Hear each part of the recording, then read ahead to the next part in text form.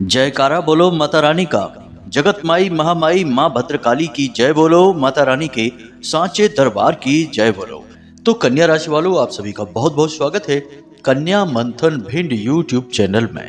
बंधुओं, भूत प्रेत, तांत्रिक क्रिया या फिर नजर हो या कोई टोना टोटका, हर एक चीज से आपको मुक्ति दिलाएगा यह एक महाशक्तिशाली शाकिनी रक्षा कवच। जी हाँ बंधुओं, हो सकता है कि आपने इस रक्षा कवच के बारे में पहले कभी सुना ही ना हो, परंतु हम आपको बता दें कि यह जो शाकिनी रक्षा कवच है यह इतना अधिक शक्तिशाली है कि इसे दुनिया के सबसे शक्तिशाली रक्षा कवच में शामिल किया जाता है।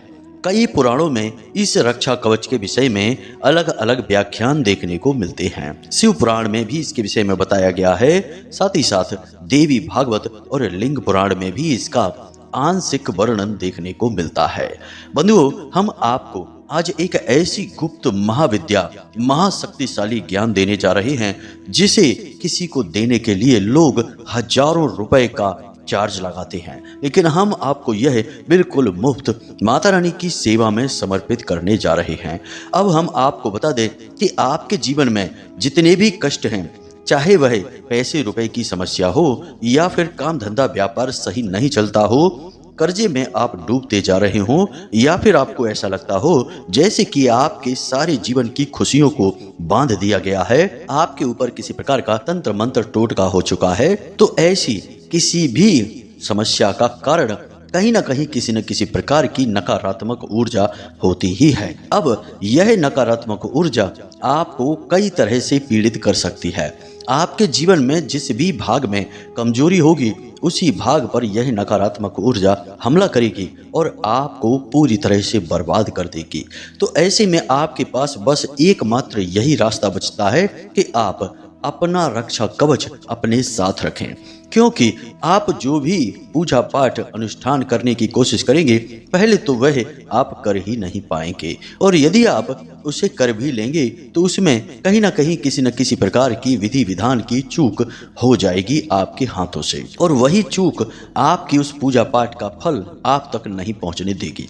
बंधुओं, जो नकारात्मक ऊर्जाएं होती हैं, तंत्र मंत्र की जो क्रियाएं होती हैं, वे जातक पर कुछ इस प्रकार से प्रभाव डालती हैं कि जातक को यही लगता रहता है कि शायद उसका भाग्य खराब है, उसके किस्मत में ही सुख लिखा नहीं है, इस वजह से वह कभी इस तरफ ध्यान ही नहीं दे पाता है और लगातार जीवन में कष्ट सहता रहता है। लेकिन बंधुओं, आज हमने आपको बता दिया है कि आपके जीवन के कष्ट और परेशानियों का स्रोत क्या है, तो अब हमें इसका उपाय भी बताना ही होगा। तो आज हम इस रक्षा कवच के विषय में आपको संपूर्ण ज्ञान पूरे विस्तार के साथ देंगे। साथ ही साथ हम आपको यह भी बताएंगे कि आज इस समय पर आपको इस रक्षा कवच को अपने लिए निर्माण करना और इसे प्रयोग करना क्यों आवश्यक है, क्योंकि बंधुओं, समय और काल की अलग अलग मांग होती है। हमने अपने पिछले कार्यक्रम में भी आपको बताया था कि यह जो समय और काल चल रहा है, इस समय में ग्रहों की दशा कुछ इस प्रकार से है कि नकारात्मक ऊर्जाएं, भूत प्रेत की ऊर्जाएं बहुत अधिक शक्तिशाली हो चुकी हैं और वे सबसे पहले आपके जीवन पर प्रभाव डालेंगी, क्योंकि आप बहुत ही सीधे और सज्जन प्रवृत्ति के इंसान हैं, और ऐसी नकारात्मक ऊर्जाएं सीधे साधे साफ हृदय के सज्जन इंसानों को ही अपना पहला शिकार बनाती हैं, क्योंकि इनके ऊपर कब्जा कर पाना, इनकी सोच को प्रभावित कर देना बहुत आसान होता है। ये कभी प्रतिरोध नहीं करते हैं, बहुत ही सरल स्वभाव के होते हैं। इसलिए आज का यह कार्यक्रम आपके लिए बेहद आवश्यक है। आपके जीवन में जो भी परेशानियां, जो भी अड़चनें चल रही हैं, वे सारी अड़चनें और परेशानियां आज इस कार्यक्रम को देखने के बाद निश्चित तौर पर 100% गारंटी के साथ हम आपसे कहते हैं समाप्त हो ही जाएंगी। हमें पूर्ण विश्वास है अपनी माता रानी और अपनी भक्ति पर। तो बंधुओं, हमारा आपसे बस यही एक निवेदन है कि आज चाहे कुछ भी हो जाए, दुनिया इधर से उधर हो जाए, चाहे कोई काम बने या बिगड़े, परंतु आपको इस कार्यक्रम को अंत तक अवश्य देखना है। इस कार्यक्रम के हर एक मिनट, हर एक सेकंड में ज्ञान की भरमार है, तो आपको 1 मिनट 1 सेकंड का भी कार्यक्रम मिस नहीं करना है, वरना आप अपने जीवन में आ रही इस भगवत कृपा को, ईश्वर के आशीर्वाद को खुद ही वापस लौटा देंगे और फिर फिर आप खुद ही बताइए कि आपके कष्ट और परेशानियों का कारण कौन बना? आप स्वयं ही बने। जी हाँ बंधु, तो ऐसी भूल नहीं करना है, इस कार्यक्रम में अंत तक बने रहना है। बंधु, हम दिल से बताते हैं कि हमने आज इस कार्यक्रम को तैयार करने में सचमुच में बहुत मेहनत की है। माता रानी से बहुत निवेदन किए हैं कि हे माता रानी, आपके भक्त बहुत परेशान हैं, पल पल पे ठोकरें, परेशानियां और लगातार अपमान सहते चले आ रहे हैं। इनके जीवन में किसी प्रकार से उद्धार होना चाहिए, आपकी कृपा पहुंचनी चाहिए। तो हे माता रानी, आप इन भक्तों के जीवन में आएं, अपनी कृपा लेकर आएं और इनके हर एक कष्ट को समाप्त कर दें। और जो हम विधि आज बताने जा रहे हैं, इन भक्तों के जीवन में इस विधि का पूरा प्रभाव होना ही चाहिए। और माता रानी, आपकी आशीर्वाद की हमें बहुत कृपा है। ऐसा निवेदन हमने माता रानी से किया, तब हम इस कार्यक्रम को आज आपके लिए तैयार कर रहे हैं। भक्तों, बंधुओं, आज का यह कार्यक्रम आपके जीवन के लिए रामबाण औषधि के समान है। इसे आपको देखना ही होगा, वरना आपसे ज्यादा दुर्भाग्यशाली कोई इस संसार में है ही नहीं। क्योंकि हम तो एक तरफ सच्चे हृदय से आपकी सहायता करने के लिए आपके पीछे पीछे भाग रहे हैं, और आप हैं कि हमसे हाथ छुड़ाकर, माता रानी से अपना दामन छुड़ाकर भाग रहे हैं। तो ऐसी भूल नहीं करनी है बंधुओं, आपको इस कार्यक्रम को अंत तक अवश्य देखना है। तो चलिए बंधुओं, बिना समय गवाए माता रानी का नाम लेकर आज के इस बेहद ज्ञानवर्धक और जीवन में चमत्कारी परिवर्तन लाने वाले विशेष कार्यक्रम की शुरुआत करते हैं। कमेंट बॉक्स में लिख डालिए, जय मां भद्रकाली, रक्षा करो। माता रानी निश्चित तौर पर आपके ऊपर रक्षा करेंगी, हमें पूर्ण विश्वास है। इसी के साथ साथ बंधुओं, यदि आप इस चैनल कार्यक्रम पर पहली बार आए हैं तो आप इस चैनल को सब्सक्राइब अवश्य कर लें। बगल में जो सब्सक्राइब का बटन है उसे अभी इसी वक्त दबा दें, क्योंकि ऐसा करके ही आप माता रानी के दिव्य परिवार, माता रानी की दिव्य कृपा के पात्र बन जाएंगे। और फिर आपका हर एक कष्ट माता रानी खुद देख ही लेंगी। जो माई की गोद में आ गया, माई क्या उसका कभी बुरा होने देंगी? कभी नहीं। तो जल्दी से माई के परिवार से जुड़ जाइए, माँ के भक्त के साथी बन जाइए और चैनल को सब्सक्राइब करिए। तो चलिए बंधुओं, चैनल को सब्सक्राइब कर लिया, अब आगे बढ़ते हैं। तो अब बंधुओं, पहले शास्त्र की बात कर लेते हैं। आपने शक्ति माँ के बारे में अवश्य सुना होगा, जिनका दूसरा स्वरूप माता पार्वती हैं। उन्हीं का एक श्रेष्ठतम स्वरूप, जिसमें सभी 10 महाविद्याएं, 9 देवियां समाहित हैं, जिन्हें हम देवी दुर्गा कहते हैं, चामुंडा देवी के नाम से भी जानते हैं। ये देवी एक ऐसी महाशक्ति हैं जिनकी सेवा में दुनिया भर की सेविकाएं लगी रहती हैं, जिन्हें हम योगिनी, शाकनी, डाकनी और गढ़, दूत और भैरव के नाम से जानते हैं। बंधुओं, कभी भी देवी की सीधी कृपा प्राप्त कर पाना इतना आसान नहीं होता है। कई जन्मों की कठोर तपस्या के बाद भी कभी देवी का साक्षात्कार हो जाए, देवी की सीधी कृपा प्राप्त हो जाए, तो बड़ा सौभाग्य मानकर चलिए। एक जन्म की कठोर तप से तो देवी प्रसन्न होंगी भी नहीं, क्योंकि जिस देवी, जिस पराशक्ति, जिस महामाई की हम यहाँ बात कर रहे हैं, उसकी सेवा में तो संपूर्ण देवत्व, स्वर्ग, नरक और हर एक प्रकार की दैवीय ऊर्जा लगी हुई है, तब भी वह देवी किसी से प्रसन्न नहीं होती है। तो हम जैसे तुच्छ मानवों की तो हैसियत ही क्या है। परंतु इसका मतलब यह नहीं कि हम जब देवी की सेवा करते हैं, माता रानी की भक्ति करते हैं, तो हमें उनकी कृपा, उनका आशीर्वाद मिलता ही नहीं है। बंधुओं, ध्यान से सुनिए, यहाँ पर हम और गहराई में उतरेंगे शास्त्रों की, और आपको उदाहरणों के साथ चीजें समझाएंगे। तभी तो आपको सारी बातों का भरोसा होगा और आप इस क्रिया को अपने घर में करना शुरू करेंगे। वरना आप यही कहेंगे कि गुरुजी बातें बता देते हैं इधर उधर की, हमें समझ ही नहीं आती है। तो ध्यान से सुनिए, जब कोई देवी के किसी भी स्वरूप की पूजा करता है, साधना करता है, उनका नाम स्मरण भी करता है, तो देवी की सहायिकाएं, जिन्हें हम अलग अलग नामों से जानते हैं, हमने आपको कह दिया, योगनियां उनका मुख्य नाम है। इन्हीं योगनियों का एक प्रकार शाकनी है, जिसका रक्षा कवच हम आज तैयार करने वाले हैं, और यह पूर्ण रूप से सात्विक होगा। आपको डरने की कोई आवश्यकता नहीं है, क्योंकि शाकनी नाम असल में लोगों ने नकारात्मक बना रखा है, क्योंकि यह बहुत ही तीव्र और बेहद शक्तिशाली और जरूर मदद मांगने पर आने वाली ऊर्जा है। देवी की प्रमुख सहायिका है, यह सेविका है। तो जब हम और आप जैसे तुच्छ मानव माता रानी की सेवा करते हैं, चाहे किसी भी रूप में करें, चाहे माँ बगला के रूप में करें, चाहे माँ काली के रूप में, माँ दुर्गा के रूप में, किसी भी रूप में उनकी हम जब पूजा करते हैं, तो तुरंत उनकी सहायिकाएं, उनके सेवक भैरव, गढ़, उनके रक्षक दूत तुरंत हमारी ओर चल देते हैं। जी हाँ बंधुओं, माता रानी तो नहीं लेकिन उनके ही प्रतिरूप, उनकी ही आंशिक शक्ति को धारण करने वाली ये दिव्य शक्तियां हमारी ओर आ जाती हैं और हमारे आसपास रक्षा कवच बना देती हैं, निर्माण कर देती हैं, जिससे जातक सुरक्षित हो जाता है। कभी कभी जब जातक अपनी साधनाओं को बढ़ाता है, बल देता है, तो उसे तरह तरह की अनुभूतियां होने लगती हैं। उसे ऐसा लगने लगता है जैसे कि उसके आसपास कोई है, लगातार 24 घंटे कोई उसके साथ रह रहा है। उसे हमेशा अपने आगे पीछे किसी न किसी के साथ होने की एहसास होता है।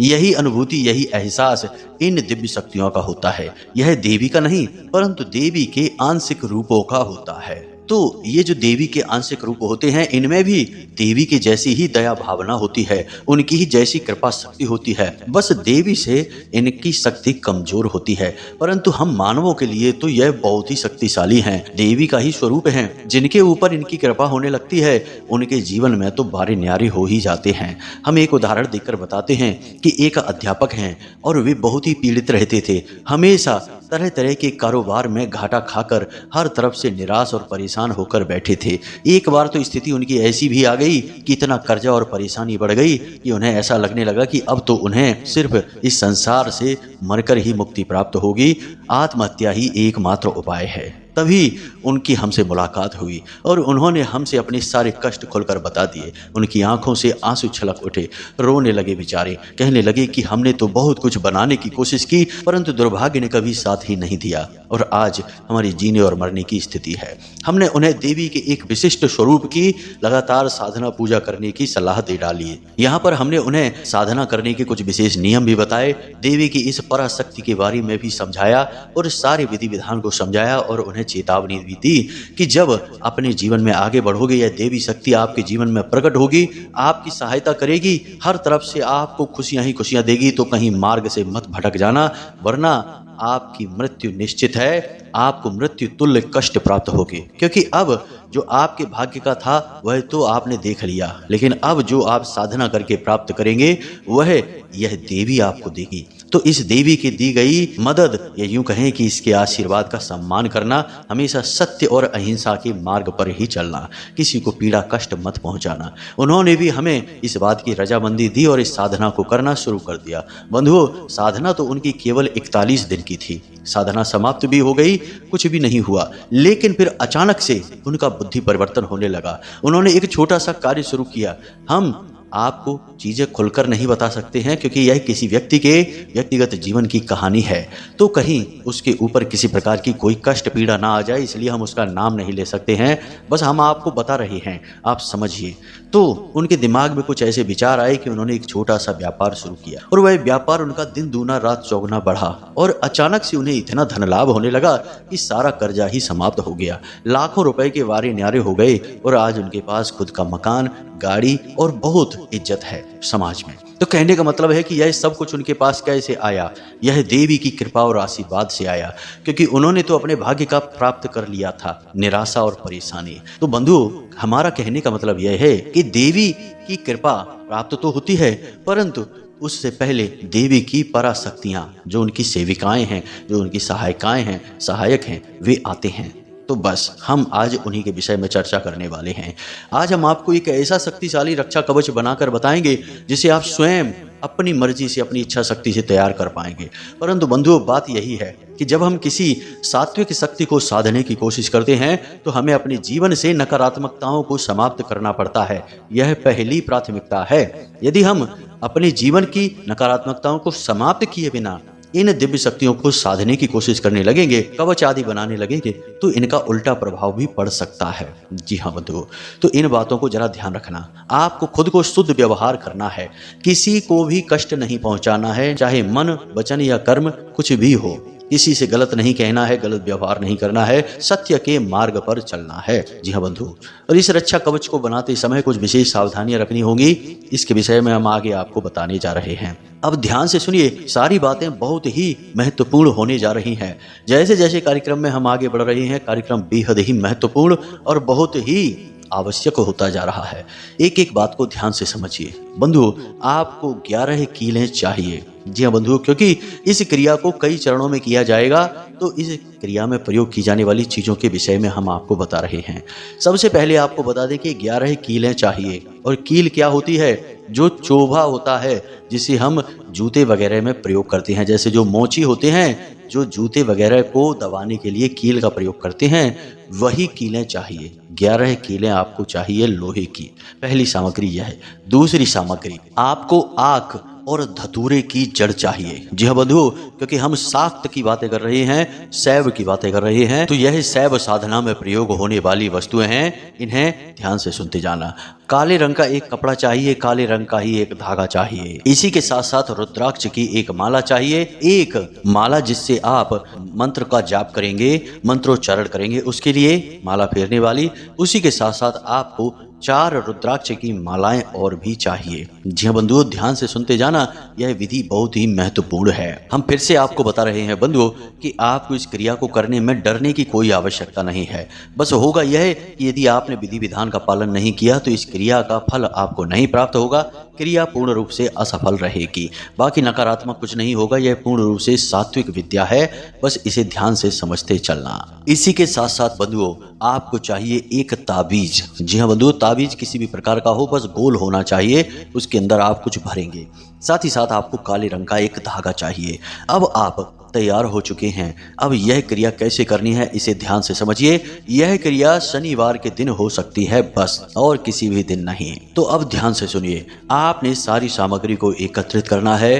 रात्रि के समय लगभग 9 से 11 बजे के बीच अपने पूजा घर में स्नान आदि करके जाना है। गाय के घी का दीपक जलाना है। देवी का जो भी स्वरूप आपके घर में हो, चाहे वह माता काली की फोटो हो, चाहे माँ बगलामुखी की फोटो हो, किसी भी स्वरूप का फोटो आप अपने चौकी पर रखेंगे। यानी एक चौकी बिछाएंगे, उसके ऊपर लाल रंग का वस्त्र बिछाएंगे, उसके ऊपर इस तस्वीर को रखेंगे। तस्वीर को अर्पित करने के लिए लाल रंग का ही आपको पुष्प चाहिए, माला चाहिए, और उसके बाद लाल रंग का ही प्रसाद चाहिए। खुद के बैठने के लिए भी लाल रंग का आसन होना चाहिए, और खुद के पहनने के लिए लाल रंग के वस्त्र होने चाहिए। यदि लाल रंग के वस्त्र खुद पहनने के लिए नहीं है तो आप लाल रंग की कोई चादर या फिर बड़ी सी टावल, जिसे हम कहते हैं साफी कहते हैं, उसे आप ओढ़ लीजिए। जी हाँ बंधुओं, अब आपने जो 11 कीलें ली हैं, उन कीलों को आप किसी एक छोटी सी कटोरी में, किसी बर्तन में रख लेंगे। उसे माता रानी के सामने अर्पित करेंगे। जो सामग्री आप लेकर आए हैं, जैसे कि धतूरा और आक की जड़ लेकर आए हैं, साथ ही साथ वह ताबीज, काला धागा, इन सब को आप माता रानी के चरणों में रखेंगे। प्रसाद के साथ इन्हें भी माता रानी को समर्पित कर देंगे। अब आपको क्या करना है जरा ध्यान से सुनिए। रुद्राक्ष की आपके पास 5 मालाएं हैं। एक माला आप फेरने के लिए रखेंगे। 4 मालाएं आप माता रानी के सामने समर्पित करेंगे। संपूर्ण सामग्री को गंगा जल छिड़क कर पहले शुद्ध करेंगे, तब माता रानी को समर्पित करेंगे। अब एक लाल रंग की पेन लेंगे और सफेद रंग के एक कागज पर इस मंत्र को लिख लेंगे। यह दुनिया का सबसे शक्तिशाली शाक्त मंत्र है। इस मंत्र के प्रयोग से संपूर्ण ग्रहों की ऊर्जाएं समानांतर हो जाती हैं, आपके लिए सकारात्मक हो जाती हैं। इसी के साथ साथ माता रानी की संपूर्ण रूपों की साधना एक बार में हो जाती है। जी हाँ बंधुओं, इसे नवाड़ मंत्र कहते हैं। आपने इसके बारे में पहले भी सुना है, हमने आपको इसके विषय में पहले भी बताया है। तो आपको इस मंत्र को कम से कम 3 बार इस कागज पर लिखना है। बेहद छोटी राइटिंग में लिखेंगे, फिर इस कागज को फोल्ड करके हम उस ताबीज में भरेंगे। तो बंधुओं ध्यान से सुनना है। मंत्र आपको मोबाइल की स्क्रीन पर भी दिखाई दे रहा है, हम बोलकर भी बता रहे हैं। मंत्र कुछ इस प्रकार है। ओम ऐं ह्लीं क्लीं चामुंडाय विच्चय। ओम ऐं ह्लीं क्लीं चामुंडाय विच्चय। तो यह मंत्र है। इस मंत्र को आपको याद कर लेना है, इसी मंत्र को आपको लिखना है। अब माता रानी के सामने आपने धूप दीप नैवेद्य आदि समर्पित किए हैं। अब हाथ जोड़कर माता रानी से कृपा की, उनके आशीर्वाद की प्रार्थना करिए। माता रानी से कहिए कि हे माते, हम आपकी शरण में हैं, आपकी कृपा आशीर्वाद चाहते हैं। हमारे जीवन में बहुत कष्ट हैं, हम बहुत परेशान चल रहे हैं, और आप यह सब देख रही हैं। हम अब आपकी शरण में हैं और हम चाहते हैं कि आप हमारी मदद करें, हमारे कष्टों से हमें मुक्ति दिलाएं। जी हाँ बंधु, इस प्रकार माता रानी से निवेदन करिए। फिर रुद्राक्ष की माला उठाइए और उस माला से कम 3 माला इस मंत्र का जाप करना है। वैसे तो 9 माला जाप करना चाहिए, परंतु समय अभाव हो तो 3 माला कर लीजिए। अगर 9 माला जाप करेंगे तो इसका बहुत अच्छा फल है, सर्वोत्तम फल प्राप्त होता है। जी हाँ बंधु, खैर, जब आपने इसका 3 या 9 माला जाप कर लिया, उसके बाद जो कागज पर आपने मंत्र लिखा है उसे फोल्ड करिए और उस कागज को उस ताबीज में भर दीजिए। उसी के साथ साथ जो आपने धूप जलाई थी उसकी थोड़ी सी भभूति है उसे भी उस ताबीज में भर दीजिए और उस ताबीज को बंद कर दीजिए। बंद करने के बाद उसे काले धागे में डालकर माता रानी के चरणों में फिर से समर्पित कर दीजिए। अब आपने जो काले रंग का कपड़ा लिया है उसमें धतूरा और आँख की जड़ जो है उसे भी बंद करके रख दीजिए। उस धतूरा और आँख की जड़ पर भी थोड़ा सा लाल सिंदूर और थोड़ी सी माई की भभूत चढ़ाएंगे। फिर उसके बाद काले रंग के धागे से लपेटकर उसकी पोटली का रूप देंगे और वही माता रानी के चरणों में रख देंगे। उसके बाद वे कीलें और रुद्राक्ष की माला भी माता रानी के सामने रखी छोड़ देंगे। उसके बाद माता रानी से निवेदन करेंगे कि हे माते, इन सब सामग्रियों में आप अपनी ऊर्जा भर दीजिए, अपना आशीर्वाद भर दीजिए। हमें आपकी कृपा की अत्यंत आवश्यकता है। हमारा जीवन बिल्कुल नरकमय बना हुआ है। इस कष्ट और परेशानी से हमें मुक्ति दिलाइए। इस प्रकार निवेदन करिए और इन संपूर्ण सामग्रियों को रात भर के लिए माता रानी के सामने रखी छोड़ दीजिए। रात भर के लिए यह सामग्री माता रानी के चरणों में रखी रहेगी। माता रानी की दिव्य कृपा इन सामग्रियों में समा जाएगी। अब यह आपका संपूर्ण रक्षा कवच है। अब इसे क्या करना है? अगले दिन सुबह सूर्योदय से पहले सोकर जागें। स्नान आदि करने के बाद माता रानी के मंदिर में जाइए, वहाँ थोड़ी साफ सफाई करिए, यानी अपना जो घर का पूजा घर है उसमें थोड़ी बहुत साफ सफाई करिए और फिर वहाँ पर गाय के घी का एक दीपक फिर से जला दीजिए। उसी रात वाले दीपक में मत जलाना, उस दीपक को उठाना, उसे अच्छी तरीके से धो लेना, उसके बाद ही उसमें आप दीपक जलाना। तो आपने गाय के घी का दीपक फिर से जला दिया। माता रानी से फिर निवेदन कर लिया कि हे माता रानी, हम जानते हैं कि आपने इन संपूर्ण सामग्रियों में अपनी कृपा भर दी है। अब हम इन सामग्रियों का प्रयोग बिल्कुल निडर होकर करेंगे। हमें पता है कि आप हमारे साथ हैं। इस प्रकार निवेदन करिए। अब वह जो ताबीज है उसे अपने गले में धारण कर लीजिए। वह जो पोटली आपने बनाई थी उसे अपने घर के मुख्य दरवाजे पर बांध दीजिए। अब जो 11 कीले हैं उन कीलों को आपको क्या करना है इसे ध्यान से समझिए। सबसे पहले अपने घर के चारों कोनों में, ठीक कोनों में, दीवालों में 2-2 कीलें आपको ठोक देनी है, यानी 8 कीलें हो गई। अब 2 कीलें आपको अपने घर के मुख्य दरवाजे के एक इधर और एक उधर अंदर की ओर से ठोक देनी है। 10 कीलें हो गई। अब 1 कील को आपको अपने पूजा घर में माता रानी के चरणों में हमेशा के लिए रखी छोड़ देनी है। जी हाँ बंधु, इसे कीलन कहते हैं। कीलन करने से आपके घर में कोई भी नकारात्मक ऊर्जा रुकेगी ही नहीं, तुरंत भाग जाएगी सिर पर पैर रखकर। जी हाँ बंधुओं, क्योंकि माता रानी की चारों तरफ से कृपा दृष्टि आपके घर पर हो चुकी है। इसी के साथ साथ बाहर से भी कोई भी नकारात्मक ऊर्जा आपके घर में प्रवेश कर नहीं पाएगी, क्योंकि रक्षा कवच आपके घर के चारों तरफ बन चुका है। अब जो रुद्राक्ष की 5 मालाएं हैं उनमें जिस एक माला से आपने माला फेरी थी उसे आप पूजा घर में ही रखी छोड़ दें। माता रानी के पास कपड़े में लपेट कर रखें या फिर जो गोमुख होती है उसमें उसे रख कर रखें। अब जो 4 मालाएं हैं उन्हें किसी भी लाल रंग के कपड़े में लपेटकर अपने घर के चारों कोनों में रख दें। जी हाँ बंधु, रुद्राक्ष भगवान भोलेनाथ का स्वरूप है और आपने चारों तरफ से भोले बाबा और मां शक्ति की कृपा प्राप्त कर ली है। आपके घर के चारों ओर रक्षा कवच तैयार हो चुका है। बंधुओं, इस विधि से आप इस रक्षा कवच को तैयार करिए और उसके बाद बिल्कुल बेफिक्र हो जाइए। जी हाँ बंधुओं, किसी भी प्रकार की परेशानी, नकारात्मक ऊर्जा, तंत्र मंत्र, टोना टोटका होगा तुरंत समाप्त हो जाएगा। जिस दिन आप इस क्रिया को करेंगे उसी दिन से आपको इसका प्रभाव महसूस होना शुरू हो जाएगा। आपके घर में वातावरण बदलने लगेगा, आपके स्वयं के शरीर में ऊर्जाओं का प्रवाह बदलने लगेगा, आपको बहुत अच्छा महसूस होने लगेगा। लोग दौड़ दौड़ कर आपकी मदद के लिए आगे आएंगे। आपके रुके हुए काम अपने आप गति पकड़ लेंगे। जहां लोग आपके लिए ना बोल रहे थे वहां अब आपके लिए हाँ बोलने लगेंगे। जी हाँ बंधुओं, आपका वर्चस्व बढ़ने लगेगा। बंधुओं, हमने यह प्रयोग बहुत लोगों को बताया है गुप्त रूप से, खुलेआम नहीं बताते हम, क्योंकि लोग इसे कर नहीं पाते हैं। कभी कभी करने में बहुत मूर्खता भी कर देते हैं। ऐसे में उन्हें दुष्परिणाम देखने को मिलते हैं। तो कहते हैं कि गुरुजी आपने हमें ये प्रयोग बताया और हम तो उल्टा बहुत परेशान हो गए। तो भाई, जब आप कोई सकारात्मक कार्य करते हैं तो गलत कार्य नहीं कर सकते हैं। आपने जब यह रक्षा कवच अपने लिए बनाया तो अब हर वक्त माता की जो सहायिकाएं हैं, सेविकाएं हैं, जो उनकी ऊर्जा पराशक्ति हैं, वे आपके साथ रहेंगी।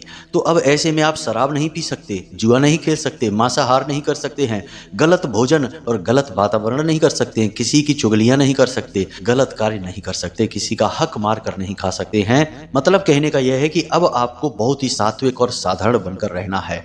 गलत तरीके से कोई भी कार्य करेंगे तो उसकी तुरंत सजा मिल जाएगी, क्योंकि अब आपका जीवन देवी के संरक्षण में है। और देवी कौन है? देवी सात्विक सकारात्मक ऊर्जा है, कोई भी गलत कार्य नहीं बर्दाश्त करेंगी। यह बात आप खुद ही समझते हैं। तो चलिए बंधुओं, आज के इस कार्यक्रम में बस इतना ही ज्ञान देंगे। कल फिर से हाजिर होंगे कोई विशेष महान ज्ञान को लेकर। तब तक के लिए कार्यक्रम से विदा चाहेंगे। हमेशा हंसते रहिए, मुस्कुराते रहिए, सकारात्मक रहिए, माता रानी में अपनी आस्था और विश्वास बनाकर रखिए। हमेशा प्रेम से बोलिए जय माई की, जय मां भद्रकाली। माता रानी आपका कल्याण करेंगी। धन्यवाद।